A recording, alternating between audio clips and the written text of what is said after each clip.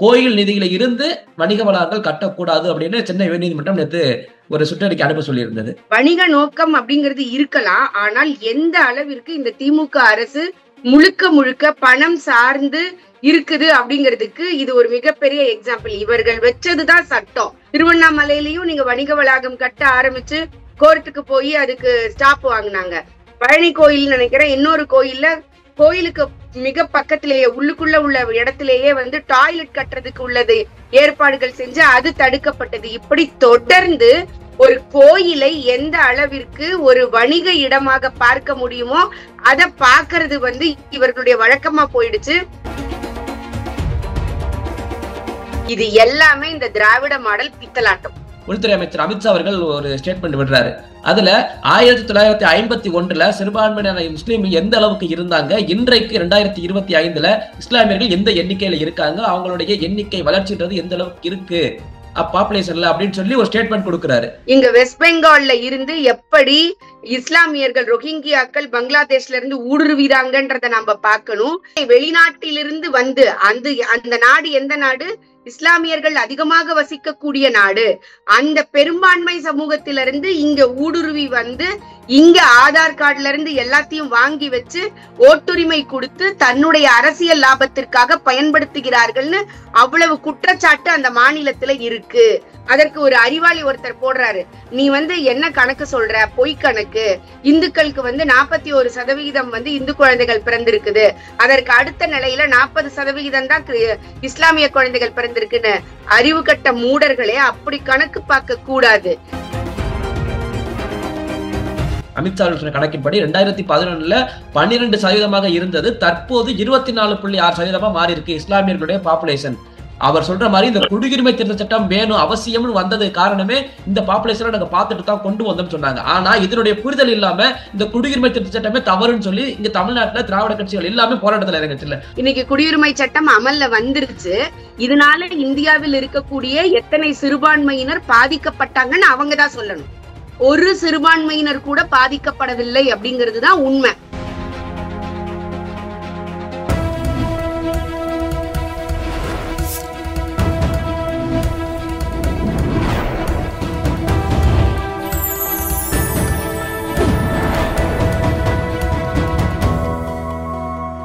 Channel 5 Tamil நேயர்களுக்கு வணக்கம். நேர்காணலில் நம்மோடு இணைந்திருப்பவர் கல்வியாளர் டாக்டர் காயத்ரி அவர்கள். வாருங்கள் அவரோடு பேசுவோம். வணக்கம் மேடம். வணக்கம். நேத்து கந்தக்கோட்டம் முத்துக்குமாரசுவாமி கோயில் அங்க இருந்து ஒரு வழக்கு மனு கொடுத்திருந்தாங்க. அதாவது கோயில் நிதியில இருந்து வணிக வளாகங்கள் கட்டக்கூடாது அப்படின்னு சொல்லிட்டு அதற்கு நீதிமன்றம் தீர்ப்பு, அதாவது இருக்கக்கூடிய அனைத்து இந்து அறநிலைத்துறைகளுக்கும் இந்த இதை அனுப்புங்க, சுற்றறிக்கையை அனுப்புங்க, கோயில் நிதியில இருந்து வணிக வளாகங்கள் கட்டக்கூடாது அப்படின்னு சென்னை உயர்நீதிமன்றம் நேற்று ஒரு சுற்றறிக்கை அனுப்ப சொல்லியிருந்தது. இந்த மாதிரியான ஒரு விசாரணையை, இந்த மாதிரியான ஒரு தீர்ப்பு எப்படி பாக்குறீங்க? இது காலங்காலமாக ஹெச்ஆர்என்சி பண்ற திருட்டு வேலை. தொடர்ந்து TR ரமேஷ் போன்றவர்கள் அதை எதிர்த்துக்கிட்டே இருக்கிறாங்க. ஒவ்வொரு முறையும் நீதிமன்றத்துக்கு போய் தான் நமக்கு நியாயம் கிடைக்கணும் அப்படின்றது இருக்கு. இது இந்த ஆட்டை கடிச்சு மாட்டை கடிச்சு மனுஷனை கடிக்கிற கதை இருக்கு இல்லையா? இது நேரடியாக நான் எங்க ஊர் கோயில்ல அனுபவிச்சிருக்கிறேன். தெந்திரிப்பேரையில சமீபத்துல இப்போ ஒரு 1 மந்த்துக்கு முன்னாடி நீங்க பாத்தீங்க அப்படின்னு சொன்னா எங்களுக்கு பெருமாள் ஏழை பண்றதுக்கு 3 சுத்து வருவாங்க. முதல் பிரகாரம், 2ஆம் பிரகாரம், 3ஆம் பிரகாரம்ட்டு. அந்த 3ஆம் பிரகாரத்துல இவர்களாக அந்த எக்ஸிகியூட்டிவ் ஆபீசருக்கு ஆபீஸ் கட்டுறதுக்காக வேலைகளை ஆரம்பிச்சுட்டாங்க, எந்த விதமான பர்மிஷனும் இல்லாம. அப்ப நீங்க அந்த எக்ஸிகியூட்டிவ் ஆபீசருக்கு ஆபீஸ் கட்டிட்டீங்க அப்படின்னா பெருமாள் அந்த வழியா வரவே முடியாது. அந்த அளவிற்கு, அதாவது வணிக நோக்கம் அப்படிங்கிறது இருக்கலாம், ஆனால் எந்த அளவிற்கு இந்த திமுக அரசு முழுக்க முழுக்க பணம் சார்ந்து இருக்குது அப்படிங்கிறதுக்கு இது ஒரு மிகப்பெரிய எக்ஸாம்பிள். இவர்கள் வச்சதுதான் சட்டம். கோயிலுக்குள்ள என்னெல்லாம் அக்கிரமம் பண்ண முடியுமோ அதையெல்லாம் இவங்க தொடர்ந்து பண்ணிக்கிட்டே இருக்கிறாங்க அப்படிங்கிறது பாக்குறோம். இது இந்த கோயில் மட்டும் இல்ல, திருவண்ணாமலையிலயும் நீங்க வணிக வளாகம் கட்ட ஆரம்பிச்சு கோர்ட்டுக்கு போய் அதுக்கு ஸ்டாப் வாங்கினாங்க. பழனி கோயில் நினைக்கிறேன், இன்னொரு கோயிலுக்கு மிக பக்கத்திலேயே உள்ளுக்குள்ள உள்ள இடத்திலேயே டாய்லெட் கட்டுறதுக்கு உள்ளது ஏற்பாடுகள் செஞ்சு அது தடுக்கப்பட்டது. இப்படி தொடர்ந்து ஒரு கோயிலை எந்த அளவிற்கு ஒரு வணிக இடமாக பார்க்க முடியுமோ அதை பார்க்கிறது இவர்களுடைய வழக்கமா போயிடுச்சு. அதனாலதான் கோயில்களை கடவுள் ரீதியாகவோ இல்ல சாக்தம் ரீதியாகவோ பிரிக்காம இவ்வளவு ரூபாய் வருமானம் வர கோயில், இவ்வளவு ரூபாய் வருமானம் வர கோயில்னு பிரிச்சு கோயிலுக்கு வந்து நான் திருவாரூருக்கு இப்ப போயிருந்தேன், சமீபத்துல போயிருந்தேன். ஒரு 2 நாட்கள் அங்க தங்கிட்டு தியாகராஜசாமி கோயிலுக்கு போனா கோயிலா இல்ல அது வந்து ஒரு மியூசியமான்றது தெரிய முடியாத அளவிற்கு எந்த விதமான பராமரிப்பும் இல்லாமல் மிக மோசமான நிலைமையில இருந்ததை நம்மளால பார்க்க முடியுது. அப்போ ஏன் அந்த கோயிலை நீங்க சரி பண்ணல அப்படின்னா, நீங்க ஆன்மீக அரசுன்னு சொல்றீங்க. அதையே சரி பண்ணல அப்படின்னா அந்த கோயில்ல மிகப்பெரிய அளவிற்கு வருமானம் இல்ல. ஏன்னா அங்க சுத்துல இருக்கக்கூடிய மக்கள் வந்து விவசாயம் சார்ந்து சாதாரண மக்களாக இருக்கிறாங்க. அந்த கோயில் வந்து பழனி மாதிரியோ திருப்பதி மாதிரியோ மிகப்பெரிய அளவுக்கு வருமானத்தை ஈர்க்கல. அதனால அந்த கோயில் முழுக்க முழுக்க கண்டுக்கப்படவே இல்லை. ஆனால் அதே இது நீங்க பழனியில பாருங்க, இல்ல திருச்செந்தூர்ல பாருங்க, திரும்ப திரும்ப ஏதாவது ஒரு விஷயம் செஞ்சு கோயிலுடைய பணத்தை எடுக்கிறதுக்கு என்னெல்லாம் முயற்சிகள் இருக்குமோ அதை இவங்க தொடர்ந்து செஞ்சுக்கிட்டே இருப்பாங்க. நம்ம கற்பகாம்பாள் கோயில் நிதியில இருந்துதான் உங்களுக்கு கல்லூரி கட்டுறதுக்கு எடுத்தாங்க. இது மாதிரி திருச்செந்தூர் கோயில் நிதியில எடுத்து வாகைக்குளத்துக்கு பக்கத்துல கோயில் கல்லூரி கட்டுறதுக்கு ஏற்பாடு பண்ணாங்க. சோ இன்னைக்கு அந்த கல்லூரிகள் எந்த நிலைமையில இயங்கிக்கிட்டு இருக்குன்னு நீங்க பார்க்கணும். ஏதாவது ஒரு அறிவிப்பை சொல்றது, அதுக்கு கோயில் நிதியில இருந்து எடுக்கிறது. இத்தனை கும்பாபிஷேகம் நடத்தணும்னு அவங்க சொல்றாங்கல்ல, ஒரு கும்பாபிஷேகத்துக்கு இத்தனை கோடி ரூபாய் அரசு செலவு செய்ததுன்னு அவங்க சொல்லட்டுங்க. கோயில் வாசல்ல கும்பாபிஷேகம்னு வச்ச உடனே கோயில் வாசல்ல போர்டு வைக்கிறீங்கல்ல, நன்கொடை கொடுங்கன்னு. எதுக்கு வைக்கிறீங்க? நீங்க ஆன்மீக அரசுன்னா இந்த அரசோட கஜானால இருந்துல காசு எடுத்து கொடுக்கணும். நீங்க கோயில் நிதியில இருந்து கும்பாபிஷேகம் நடத்துவீங்க, நன்கொடைன்ற பேர்ல கோடிக்கணக்குல. ஏன்னா நமக்கு பக்தர்களுக்கு யாருக்கெல்லாம் நம்பிக்கை இருக்குதோ அவர்களுக்கு வந்து லட்ச லட்சமாக கோயில்களுக்கு கொடுக்குறாங்க. அந்த ரெண்டையும் வச்சு நீங்க கும்பாபிஷேகம் நடத்தி அதுலயும் திமுக பிரமுகர்கள் முன்னாடி நிப்பாங்க. நீங்க வந்து கடவுள் மறுப்புன்னு பேசுவாங்க, எல்லாமே பேசுவாங்க. ஆனால் கோயில்னு வந்துட்டா முதல்ல போய் நிப்பாங்க. முதல் மரியாதை எங்களுக்கு தான் வேணும்னு கேட்பாங்க. ஆனால் நாங்க ஆன்மீக அரசு இத்தனை கோயில்ல கும்பாபிஷேகம் நடத்தணுமாங்க. இது எல்லாமே இந்த திராவிட மாடல் பித்தலாட்டம். ஓகே மேம், இதுல ஒரு கேள்வி என்னன்னா, இதை மட்டும் நிறைய பேர் இந்த கேள்வி கேட்டுக்கிட்டே தான் இருக்காங்க. இந்து கோயில்களை மட்டும் இந்து அறநிலையத்துறை அப்படின்ற டிபார்ட்மெண்ட்டை போட்டு அந்த பணத்தை எல்லாம் எடுத்து செலவு பண்றீங்க, ஏன் இதை மற்ற மதத்துல செய்ய முடியாதா அப்படின்னு கூட கேட்கறாங்க. நேற்று நண்பர்களை பேசும்போது கேட்கும்போது சொல்றாங்க, சிஎஸ்ஐ, பெந்தகஸ்தே, கத்தோலிக் இந்த மாதிரியான கிறிஸ்தவ அமைப்புகள்லையும் ஏதோ கல்லூரிகள் பள்ளிகள்லாம் நடத்தி அங்கிருந்து வரக்கூடிய வருமானங்கள்ல தான் ரன் பண்றாங்கன்னு. சோ அதையும் அரசு எடுத்து நடத்த முடியல, இதை மட்டும் நடத்த முடியுது, என்ன காரணம்? வேற எதுவுமே செய்ய வேண்டாங்க. இவங்க கடவுள் மறுப்புன்னு பேசுறாங்கல்ல, ஸ்ரீரங்கத்து கோயில் வாசல்ல பெரியார் சிலைய வச்சு அதுக்கு கீழே வந்து கடவுளை கும்பிடுபவன் காட்டு மிராண்டின்னு எழுதி வைக்கிறாங்கல்ல, இதை ஒரு மசூதி வாசல்லயோ ஒரு சர்ச்சு வாசல்லயோ வைக்கட்டும். நான் காசை எடுக்க சொல்லல. உன்னுடைய கடவுள் ஒண்ணு இல்லப்பா, வெறும் உன்னுடைய நம்பிக்கை எல்லாம் மூட நம்பிக்கை, கடவுள்னு ஒண்ணு கிடையாது அப்படின்னு சொல்லிட்டு சர்ச்சு வாசல்லையோ மசூதி வாசல்லையோ ஒரு பெரியார் சிலையை நீங்கள் காமிங்க. நான் அரசியலை இனிமே பேசல. இவர்களால யார செய்ய முடியும் அப்படின்னா, பெரும்பான்மையாக இருந்தாலும் எந்த உணர்வும் இல்லாமல் நான் கொடி பிடிப்பேன், போஸ்டர் ஒட்டுவேன், உனக்கு பின்னால வருவேன், எனக்கு 5 வருஷத்துக்கு ஒருக்க 500 ரூபாய் கிடைச்சா போதும்னு நினைக்கிற இந்துக்கள் இருக்கிற வரைக்கும் இவங்க இப்படிதான் இருப்பாங்க. நான் மத்த மதத்தை குறை சொல்வதற்கு தயாராக இல்ல. அவர்களுக்கு அந்த உணர்வு இருக்கிறது, ஒற்றுமை இருக்கிறது. அதனால அவர்கள்கிட்ட இவங்களுடைய பாச்சா பலிக்காது. ஒரு ரம்ஜானுக்கு சொல்லட்டும், ரம்ஜான் வந்து உங்களுக்கு ஒரு மூட நம்பிக்கை, இந்த நோன்பு இருக்கிறதுனால நீங்க என்ன செஞ்சிட போறீங்க, இல்ல லென்ட் டேஸ் கிறிஸ்டியன்ஸ் இருக்கிறதுனால என்ன ஆயிர போறோம்னு சொல்லுங்க பாப்போம். வைகுண்ட ஏகாதசி விரதத்தை உன்னால கிண்டல் பண்ண முடியுதுல்ல, சிவராத்திரியை உன்னால கிண்டல் பண்ண முடியுதுல்ல. ஏன் முடியாது அப்படின்னா, அவர்கள் ஒற்றுமையாக இருக்கிறார்கள், இவர்கள் ஜாதியாக பிரிந்து கிடக்கிறார்கள். ஏன்னா இங்க ஜாதியா பிரியறானோ இல்லையோ, அவர்களை பிரித்து வைத்து இங்கு மிகப்பெரிய அரசியல் இவங்க செய்யறாங்க. அதனால அது நடப்பதற்கு வாய்ப்பில்லை, நடக்கவும் வேண்டாம். ஓகே மேம், இது ஒரு பக்கம், அதாவது கடவுள் கோவில் இதெல்லாம் ஒரு பக்கம் இருக்கு. இன்னொரு பக்கம் மதத்தை பற்றி சமீபத்தில் நம்முடைய உள்துறை அமைச்சர் அமித்ஷா அவர்கள் ஒரு ஸ்டேட்மெண்ட் விடுறாரு.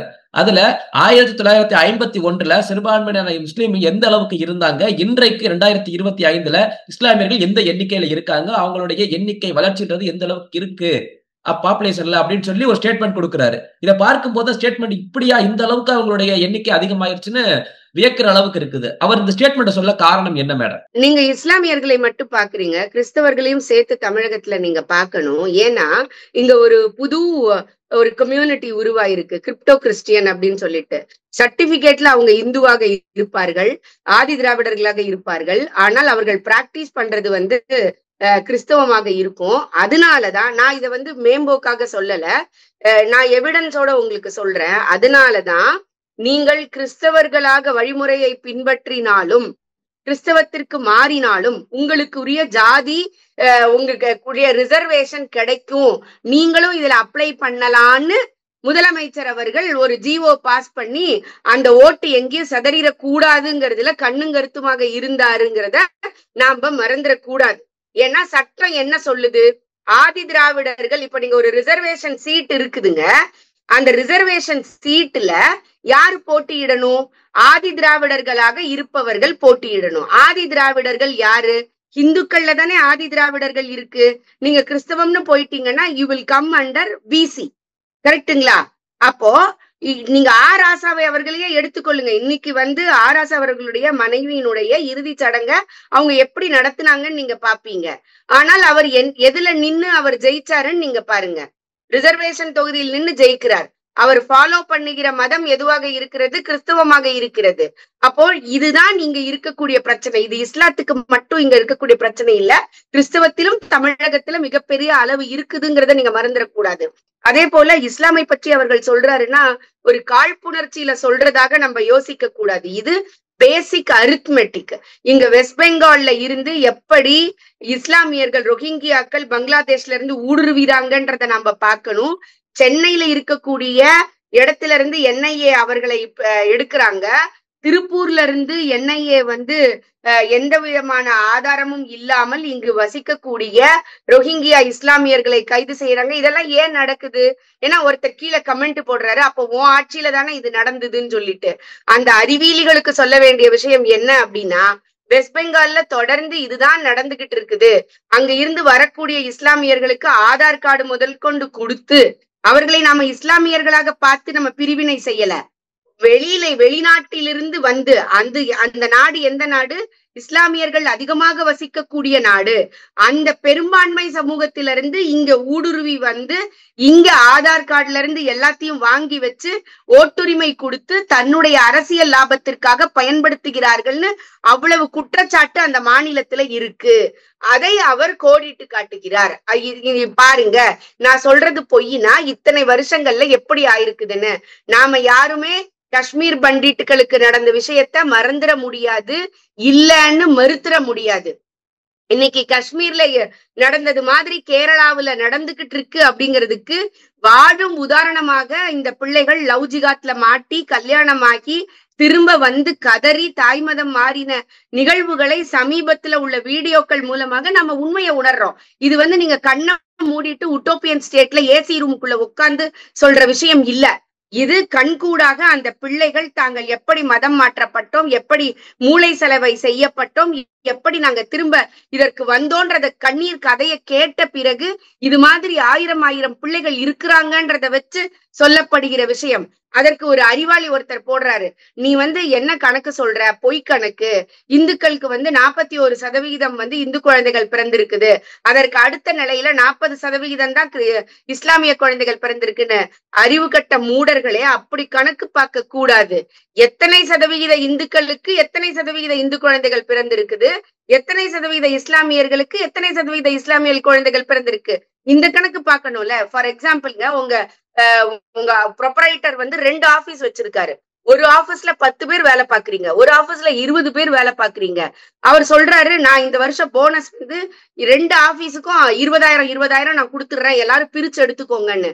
அப்ப நீங்க யோசிச்சு பாருங்க, 20 பேர் இருக்கிற ஆபீஸ்ல ஆளுக்கு 1000 ரூபாய் வரும், 10 பேர் இருக்கிற ஆபீஸ்ல உங்களுக்கு 2000 ரூபாய் வரும். 2க்கும் 20,000 சமமாதான கொடுத்தேங்கிறது இல்ல கணக்கு. இங்கு எத்தனை பேரில் எவ்வளவு ரூபாய், எத்தனை பேரில் எவ்வளவு ரூபாய். இது போலதான் எத்தனை சதவிகித இந்துக்களுக்கு எத்தனை சதவிகித குழந்தைகள் பிறந்திருக்குது, எத்தனை சதவிகித இஸ்லாமியர்களுக்கு எவ்வளவு குழந்தைகள் பிறந்திருக்கு, அந்த கணக்கு பார்க்க வேண்டாமா? நீங்க யோசிச்சு பாருங்க. ஒரு வருஷத்துக்கு முன்னால நினைக்கிறேன், ஹாப்பியா வாழ்றவங்க லிஸ்ட்ல வந்து இந்தியா 103வது இடத்துல இருக்கு அப்படின்னு ஒரு கணக்கு போடுறாங்க. எப்படி கணக்கு போடுவாங்க? 1000 பேர் இருக்கிற இடத்துல 10 பேரை கணக்கு பண்ணி நான் வந்து இந்த நம்ம நாடு வந்து ஃபர்ஸ்ட்ல இருக்குது, 140 கோடி பேர் இருக்கிறதுல நான் 10 பேர்கிட்ட கணக்கு கேட்டேன், அவங்க இத சொன்னாங்க, இது 103வது இடத்துல இருக்கு. இந்த கணக்கு எப்படி சரி வரும்? கணக்கு பிரச்சனையா இருக்கு. இவர்கள் எல்லாருக்குமே கணக்கு பிரச்சனை தான். அதனாலதான் இங்க வந்து நடக்குது. இல்லைன்னா 1 ரூபாய் கொடுத்தேன் 27 பைசாவை கொடுத்தாங்கன்னு ஒரு துணை முதலமைச்சரா இருக்கிறவர் போகிற இடமெல்லாம் பொய் பேச முடியாது இல்லையா? ஏன் இந்த பொய்ய தொடர்ந்து பேசுறாங்க? ஏன்னா இங்க யாரும் கணக்கு கேட்க மாட்டாங்க. கணக்கு கேட்டா எங்களுக்கு பிரச்சனை வரும். எம்ஜிஆர் வெளியில அனுப்புன மாதிரி நாங்க எல்லாரையும் வெளியில அனுப்புவோம். இந்ததான் இங்க இருக்கக்கூடிய பிரச்சனை. இதுல நம்ம வந்து யாரையும் குழந்தை பெத்துக்க கூடாதுன்னோ இல்ல நிறைய குழந்தை பெத்துக்கோன்னோ சொல்லல. ஆனால் உண்மையை உண்மையாக சொல்லும் போது கூட உங்களுக்கு ஏன் அந்த காழ்ப்புணர்ச்சி கசப்புணர்ச்சி வருது? இருக்கிற உண்மையை நீங்க சொல்லணுமா வேண்டாமா? ஒருத்தர் நான் பிராக்டிஸ் பண்ணுவேன், ஆனால் ரிசர்வேஷனுக்கு ஒரு ஜாதியை பயன்படுத்துவேன். ஜாதி எனக்கு இழிவு, எனக்கு ஜாதி வேண்டாம், இந்த ஜாதியிலதான் இந்த மதத்துலதான் எனக்கு பிரச்சனை இருக்கு, அதனால நான் மதம் மாறுவேன். ஆனால் அந்த ரிசர்வேஷனுக்காக நான் இந்த ஜாதியை அப்படியே வச்சுக்குவேன், நான் பிராக்டிஸ் பண்ணுவேன், நீ யாரும் கேட்க கூடாது. இதுதான் நம்ம வந்து தவறு அப்படின்னு சொல்றோம். ஏன்னா ஒரு எந்த கஷ்டம் வந்தாலும் நான் படிச்சு முன்னேறுவேன்னு இருக்கக்கூடிய ஒரு இந்து ஆதி திராவிடருக்கு அந்த நலன் போய் சேர்றது கம்மியாகும். நீங்க மதமாக மாறிட்டீங்க, பிசி ஆன பிறகு உங்களுக்கு பிசிக்குள்ள இருக்கக்கூடிய கேட்டகரி தானே வரணும். நீ ஏன் இதை எடுக்கிற? இதே போலதான் எல்லா இடங்கள்லயும் இருக்கக்கூடிய பிரச்சனை. அது இஸ்லாம் மட்டுமல்ல, கிறிஸ்தவத்திலயும் இதே பிரச்சனை நமக்கு இருக்குது. எஸ்பெஷலி தமிழ்நாடு போன்ற இடங்கள்ல வந்து அரசே இதனை ஊக்குவிக்கிறது.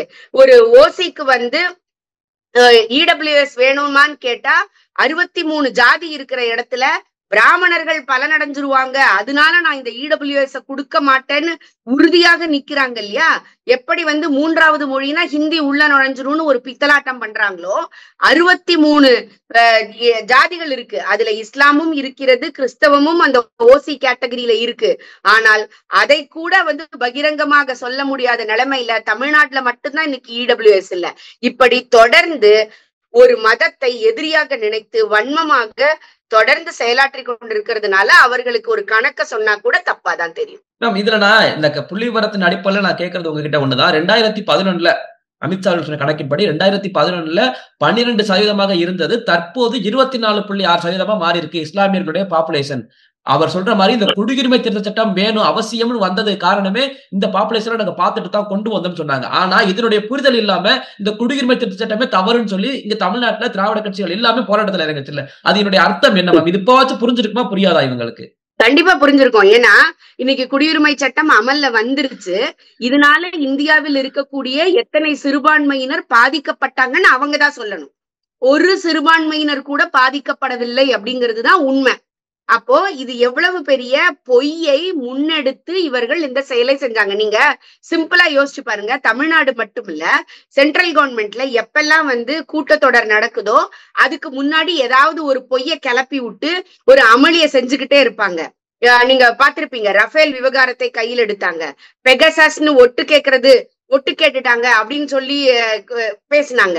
அடுத்தது ஒரு விஷயத்தை இப்படி ஒவ்வொரு தடவையும் ஏதாவது ஒரு பொய்யான விஷயத்தை கையில் எடுத்து, நீங்க அமெரிக்கால இருந்து ஒருத்தர் சொல்லுவாரு, அதை நீங்க கணக்குல எடுத்துட்டு அதானி வந்து ஏமாத்திட்டாரு அதனால பிரச்சனைன்னு சொல்லி போன முறை வந்து கடும் அமளிக்கு உள்ளாக்கினாங்க. கடைசியில அவர்கள் சொன்ன அந்த அறிக்கையே பொய் அப்படின்னு சொல்லி நிரூபிச்சு காட்டிட்டாங்க. சோ இப்படி ஒவ்வொரு முறையும் மக்களால் தேர்ந்தெடுக்கப்பட்ட அந்த பாராளுமன்றத்தை முடக்குவதற்கு எப்படி கையாளாகாத எதிர்கட்சியாக இருந்து பொய்யை மட்டுமே ஒரு பேசிக் கொண்டிருக்கிறதோ, அது இங்கே ஆளும் கட்சியாக இருந்து அதே பொய்யை திரும்ப திரும்ப பேசிக்கொண்டே இருக்கிறார்கள். அதை தவிர வேற எதுவுமே இல்லை. என்னுடைய ஒரு கேள்வி, இந்த கேள்வியை வந்து கேட்டா மதத்தை பத்தி மத வெறி அப்படின்னு கூட சொன்னாலும் சொல்லுவாங்க. என்னன்னா மத சார்பற்ற கட்சி அப்படின்னு சொல்லிக்கிறாங்க திமுக. ஆனா இஸ்லாமிய முஸ்லீம் லீக் அப்படின்னு கட்சியை கூட பேரா வச்சுக்கிட்டு அந்த மத சார்பற்ற கூட்டணிக்குள்ள வர்றாங்க. ஆனா இந்துத்துவம் வந்துட்டா மட்டும் அதை மட்டும் மதத்துக்குள்ள போயிருது. எப்படி அது இந்து மட்டும் மதத்துக்குள்ள அடைபடுது, மதவாத கட்சின்னு வருது. முஸ்லீம் லீக்ன்ற ஒரு கட்சியை மத சார்பற்ற கூட்டணிக்குள்ள வச்சுக்கிறாங்க. அது எப்படி சாத்தியம்? இது எப்படி? ஃபர்ஸ்ட் எஸ்ரா சர்க்குணம்னு ஒரு பேராயர் வந்து இறந்து போனாரு. நீங்க உங்களுக்கு ஞாபகம் இருக்கும்னு நினைக்கிறேன். அவர் வந்து பகிரங்கமான திமுக ஆதரவாளர். அவர் திமுக மேடைகள்ல உட்கார்ந்து திமுகவுக்கு ஆதரவாக பேசுவாரு. இன்னைக்கு இருக்கக்கூடிய நிறைய மக்கள் நீங்க பார்த்திருப்பீங்க, கிறிஸ்தவ திருச்சபை ஓப்பனாக நாங்கள் டிஎம்கேக்கு தான் ஆதரவு அப்படின்னு சொல்லுவாங்க. நான் ஒரு எளிய விஷயம் சொல்றேன். உங்களுக்கு கண்ணன்னு பேர் வச்சா மத சார்பு, ஓகேங்களா? ஆனால் அப்துல்லா அப்படின்னோ இல்ல ஆல்பர்ட் அப்படின்னோ பேர் வச்சா அவர்கள் மத சார்பற்றவர்கள். ஏன்னா நீங்க யோசிச்சு பாருங்க, ஆல்பர்ட் அப்படிங்கிறவர் தன்னுடைய மதம் என்னன்னு சொல்ல தேவையில்லை. அப்துல்லான்னு பேர் வச்சிருக்கவர் தன்னுடைய மதம் இதுதான் அப்படின்னு சொல்ல தேவையில்லை. ஆனால் நான் கண்ணன்னு பேர் வச்சா, காயத்ரின்னு பேர் வச்சா ஜாதி வெறி பிடிச்சவ, மத வெறி பிடிச்சவ, இந்த எந்த விதமான அடையாளங்களும் இல்லாமல் நீங்க மதியழகன்னு பேர் வைக்கணும், இளவழகின்னு பேர் வைக்கணும், வெண்பான்னு பேர் வைக்கணும் அப்படின்னு நமக்கு மட்டும் அறிவுரை சொல்லுவாங்க. இதுல அவர்கள் நாடகம் ஆடுகிறார்கள் அப்படின்னா புரிஞ்சுக்க வேண்டியது நாம தான். இங்க மத சார்பின்மை அப்படிங்கிறது, ஒரு கிறிஸ்தவனாக இருக்க முடியும், ஒரு இஸ்லாமியராக இருக்க முடியும். எல்லாருமே அவரவர்களுடைய அடையாளங்களோடயே இருக்கலாம், எந்த தவறுமே கிடையாது. ஆனால் ஒரு இந்து தன்னுடைய அடையாளங்களோடு இருந்தால், நெற்றியில் பொட்டு வைத்தால், குங்குமம் வைத்தால், திருநீர் வைத்தால், நீ ஹிந்துத்துவா, நீ சங்கி, நீ மதவெறி பிடிச்சவன் அப்படின்னு சொல்லும் பொழுது, இந்த மக்களுக்கே இந்த 70 வருஷ காலமாக என்னைக்கு இந்த தீக்கா இந்த மண்ணுல வந்ததோ அன்னில இருந்து ஒரு ஆண்மகன் குங்குமமோ திருநீரோ வச்சா அவன் ஒரு இந்துத்துவக்காரன், மதவெறி பிடிச்சவன் அப்படின்னு சொல்லக்கூடிய காலகட்டம் இருந்து இன்னைக்கு இருக்கக்கூடிய இளைய தலைமுறையை பாருங்க, யாருடைய நெற்றியிலாவது ஏதாவது அடையாளங்கள் இருக்கிறதா? ஏன்னா இது நம்மளுடைய சப்கான்சியஸ் மைண்ட்லயே புகுத்தப்பட்டிருக்குது. நீ குங்குமம் வச்சா, விபூதி வச்சா உன்னை கிண்டல் பண்ணுவாங்க, நீ மத அடையாளத்தோட இருக்கேன்னு சொல்லுவாங்க. இத நாம சொன்னா தப்புன்னு சொல்லுவாங்க. சந்துரு அவர்கள் நீதிபதி சொல்றாரு, கையில சாமி கயிறு கட்டிட்டு போனா ஜாதி வெறி, அங்க குங்குமத்தை எடுக்கணும், திருநீரை எடுக்கணும், கையில கட்டி இருக்கிற கயிறை எடுக்கணும்னு. மனங்கள்ல இருந்து எப்படி எடுக்க போறீங்க? ஜாதி தெருவுல இருக்கிற ஜாதி பெயரை அடிச்சுட்டா ஜாதி ஒழிஞ்சிருமா? யோசிச்சு பாருங்க. சமூக நீதி விடுதின்னு பேர் வச்சீங்க, ஆனால் அங்க நீதி எங்க இருந்தது? ஒரு சமூகம் இருக்கு, அந்த சமூகத்திற்குரிய நீதியை நீங்க என்னவாகி கொடுத்திருக்கிறீங்க? வேங்கை வயல்ல ஆரம்பிச்சு, நாங்குநேரியில ஆரம்பிச்சு, திருநெல்வேலி வரைக்கும். அதுதான் என்னுடைய கேள்வி. நீங்க சொல்ல போல திருநீரையும் குங்குமத்தையும் கயிறையும் எடுக்க சொன்னவர்கள் இஸ்லாமியர்களுடைய அந்த குல்லாவையும் கிறிஸ்தவர்களுடைய சிலுவையும் எடுக்க சொல்ல மாட்டாங்களா? அது என்ன அரசியல் மட்டும்தான் ஒரே காரணமா? அது அரசியல் மட்டும்தான். நீங்க சாதாரணமாக ஒரு விஷயத்த பேசுங்க. நூபுர் சர்மாவுக்கு என்ன நடந்தது, இங்க யூடியூப் ரூட்டர்ஸ்ல இருந்து எல்லாரும் இங்க என்ன பண்ணிக்கிட்டு இருக்காங்கன்னு பாருங்க. 1 மணி நேரம் ஒரு நாள் இந்த தமிழ்நாட்டை எங்களிடம் கொடுங்கள், நாங்கள் இதை வேறொரு மத நாடாக மாத்தி காட்டுகிறோம்னு ஓப்பனா பப்ளிக்கா ஒரு மதத்துக்காரர்களால இங்க பேச முடியுது. அதே விஷயத்தை, உண்மையான ஒரு விஷயத்தை ஒருத்தர் சொன்னாங்க அப்படின்னா அவர்களை ஓட ஓட விரட்டி அடிச்சு அவர்களை உள்ள உட்கார வைக்குது அப்படின்னா அதற்கு காரணம் என்னவாக இருக்க முடியுது? இந்த சமூகமும் அதற்கு காரணம் இல்லையா? இந்த அரசியல்வாதி சொல்லும் பொழுது அதற்கு உண்மைன்னு நம்பி அதற்கு பின்னால போகின்ற ஒரு கூட்டம் இருக்கு இல்லையா? அப்ப நான் அந்த கூட்டத்தை குறை சொல்றதா இல்ல இந்த அரசியலை குறை சொல்றதா? என்னுடைய மனம் தானங்க மாறணும், எனக்கு தானங்க புத்தி வேணும். என் பேருக்கு பின்னால என்ன போடணுங்கிறத நான் தானே முடிவு பண்ணுவேன். நீ என்னையா நீ சொல்றல்ல முத்துவேல் கருணாநிதின்னு, என் தாத்தா பேரு எஸ்.ஆர். கிருஷ்ணய்யர், எங்க அப்பா பேரு ராமலிங்கம், நான் காயத்ரி வச்சிருக்கேன். அப்ப நீ உங்க தாத்தா பேர்ல இருக்கிற இதை எடுத்துருன்னு நீ சொல்றதுக்கு உனக்கு என்ன உரிமை இருக்கு? நீ முத்துவேல் கருணாநிதியா ஸ்டாலின்னு சொல்றீங்கல்ல, அப்ப உங்களுக்கு ஒரு உரிமை எனக்கு ஒரு உரிமையான்னு கேட்கக்கூடிய தைரியம் எனக்கு இருக்கணுமே தவிர, நான் இது அரசியல்னு சொன்னேன் அப்படின்னா என்னுடைய கையால் ஆகாத தனம். ஓகே மேம், இதுல ஒரு இந்துவின் கேள்வியாக தான் இந்த கேள்வி. ஒட்டுமொத்த உலகத்தை எடுத்துக்கிட்டோம் அப்படின்னா இஸ்லாமியர்களுக்கு எத்தனையோ ஆதரவான நாடுகள் இருக்கு, கிறிஸ்தவர்களுக்கு சொல்ல வேண்டாம் அத்தனை நாடுகள் இருக்கு உலக அளவுல. இந்துக்களுக்குன்னு இருக்க ஒரே நாடு இந்தியா மட்டும்தான் அப்படின்னு இந்துக்களுக்கு தெரியும். அப்படிப்பட்ட இந்திய நாட்டில் இப்படி மாற்று மதத்தின் பாப்புலேஷன் அதிகமாயிட்டே இருந்துச்சுன்னா இந்துக்களுக்கு கூடிய இந்த நாடு போயிடுச்சு, இவங்களுக்கு பெரும்பான்மை இல்ல, பெரும்பான்மையாக கருதப்பட்ட இந்து மதம் சிறுபான்மை ஆகிடுச்சு அப்படின்னு ஒரு எண்ணம் அந்த இந்துவுக்கு வந்தா அவன் என்ன செய்ய முடியும்? அப்படிலாம் அவன் நினைக்கவே வேண்டாங்க. ஏன்னா இந்த மதம் 1000 ஆண்டுகளாக இவங்கள மாதிரி கழிசடைகளை லட்சமா பார்த்திருக்குது. நீங்க பார்த்திருப்பீங்க, கோலியில இருந்து முகமது கோரியில இருந்து முகலாயர்கள்ல இருந்து அத்தனை பேரும் நம்மை ஜிசியா வரின்னு, நீ இந்துவாக இருப்பதற்கு வரி போடணும்ன்ற காலத்திலேயே நம்ம மக்கள் நான் வரி கொடுத்து கூட இந்துவாக இருக்கிறேன்னு சொன்ன மக்கள் நம்மளுடைய மக்கள். சோ அப்படி இருக்கும்போது இவர்கள் எல்லாம் என்ன நினைத்தாலும் இந்த மதத்தை அழிக்கவோ ஒழிக்கவோ ஒடுக்கவோ, இல்ல உதயநிதி சொன்ன மாதிரி டெங்கு மாதிரி கொசு மாதிரின்னு சொன்னார் இல்லையா, அது மாதிரிலாம் ஒரு டேஷும் அவங்களால பண்ண முடியாது. அப்படிலாம் நம்ம கவலைப்பட வேண்டியதே இல்லை.